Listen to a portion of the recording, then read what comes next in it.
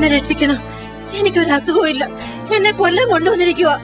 Doctor എന്നെ സഹായിച്ചേ പറ്റൂ. എന്താ പറ്റിയത്? വല്ലാതെ ടെൻഷൻ ആയിട്ടുണ്ടല്ലോ. മയങ്ങി കിടക്കായിരുന്നു ഡോക്ടർ. പെട്ടെന്ന് എഴുന്നേറ്റ് പുറത്തേക്ക് ഓടി. ഞാൻ പിടിച്ചു നിർത്താൻ നോക്കിയിട്ടൊന്നും നിന്നില്ല.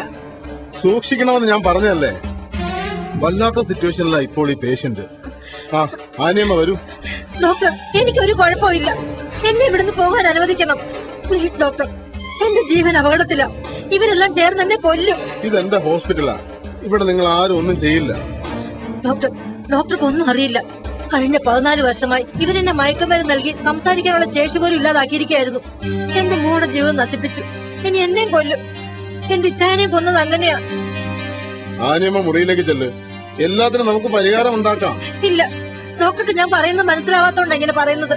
എനിക്ക് പോണം. ഞാൻ പോകും. ഇവരെ റൂമിലേക്ക് കൊണ്ടുപോകും.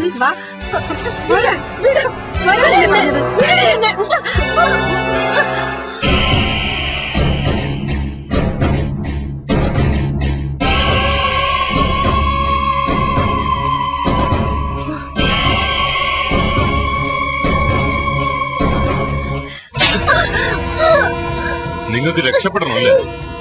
കൊന്നുകളയാൻ അറിയാഞ്ഞിട്ടല്ല, ഒരുപാട് ഭക്ഷണം തന്നതാണല്ലോ എന്ന് കരുതിയിട്ടാ നിങ്ങളോട് ദയവ് കാണിച്ചത്.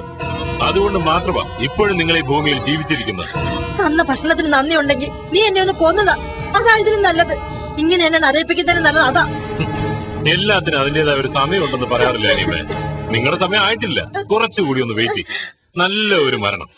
നമ്മുടെ പള്ളി സെമിത്തേരിയിലെ കുടുംബക്കല്ലറയിൽ അന്ത്യവിശ്രമം. നല്ല മാർബിളിൽ ആനിയമ്മയുടെ ജനനവും മരണവും ഒക്കെ ഞാൻ രേഖപ്പെടുത്തി വെക്കും. എന്തേ, ഇത്രയൊക്കെ പോരെ? നീ ഗുണം പിടിക്കത്തില്ല. ഒരിക്കലും ഗുണം പിടിക്കത്തില്ല. നരയിച്ച് ചാവും. ഡോക്ടർ, വേഗം പോലീസിനെ വിളിക്കും. ഞാൻ എല്ലാവരോട് പറയാം. ഇവനും മാനുവലും ചേർന്ന് നടത്തിയ കള്ളത്തരത്തിന്റെ ഒക്കെ മുഴുവൻ തെളിവുകളും എന്റെ കയ്യിലുണ്ട്. പോലീസിനെ വിളിക്കാം. അതിനു മുമ്പ് ആനിയമ്മ കിടക്കയിൽ പോയി കിടക്ക്. Doctor please. ആനിയമ്മ പറയുന്നതനുസരിക്ക്. നിങ്ങൾ എന്റെ പേഷ്യന്റാ. ഒരു ഡോക്ടർ പറയുന്നത് പേഷ്യന്റ് അനുസരിക്കണം. ഡോക്ടർ, എന്നെ ഇവർക്ക് വിട്ടുകൊടുക്കരുത്. ഇല്ല, നിങ്ങളെ ഇവരാരും ഒന്നും ചെയ്യില്ല. സിസ്റ്റർ, ആനിയമ്മയുടെ റൂമിൽ കൊണ്ടുകിടത്തു. ആനിയമ്മയുടെ റൂമിൽ കയറാൻ ഇനി ഇവരാരെയും അനുവദിക്കരുത്. ചെല്ലു.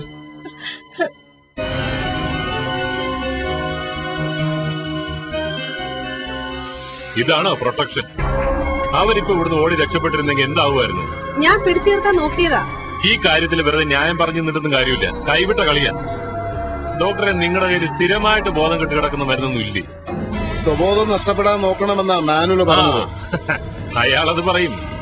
അല്ലെങ്കിൽ അയാൾക്ക് ഈ സ്ത്രീയോട് ഒരു സോഫ്റ്റ് കോർണർ ഉണ്ട്. അതെനിക്ക് മുമ്പേ മനസ്സിലായിട്ടുള്ളതാ. ഇത് അങ്ങനത്തെ ഇഷ്ടമൊന്നുമല്ല. ഇവർക്ക് സ്വബോധം നഷ്ടപ്പെട്ടാൽ ആധാരമൊക്കെ നമ്മുടെ പേര് രജിസ്റ്റർ ചെയ്യാൻ ഒക്കുവോ? അതാ ഡോക്ടറോട് മാനുവൽ ചെയ്യാൻ ഇങ്ങനെ പറഞ്ഞത്. അല്ലേ ഡോക്ടറെ? ആർക്കറിയാം. വന്നു എനിക്കിപ്പോ ആരെ കണ്ടാലും സംശയമാ. ഓരോരോ അനുഭവങ്ങൾ എനിക്ക് കിട്ടിക്കൊണ്ടിരിക്കുന്ന അങ്ങനത്തെ ആന്നേ. എന്താ റോണി മോനെ ഇത്? നിന്നെ ആരും ചതിക്കത്തൊന്നുമില്ല. അല്ലെങ്കിലും അങ്ങനെയുള്ള ബന്ധമാണോ നമ്മൾ തമ്മിലുള്ളത്? ഒരു കാര്യം ഉറപ്പാ, കൂട്ടത്തിൽ നിന്നിട്ട് ഒറ്റക്കൊടുത്താൽ ഞാൻ മാത്രം ആയിരിക്കത്തില്ല അകത്ത് പോകുന്നത്. എല്ലാവരും പോകും. ഈ നിൽക്കുന്ന ഡോക്ടറും ഗ്ലോറി ആന്റിയും അടക്കം. അതുകൊണ്ട് സൂക്ഷിച്ച എല്ലാവർക്കും നല്ലതാ.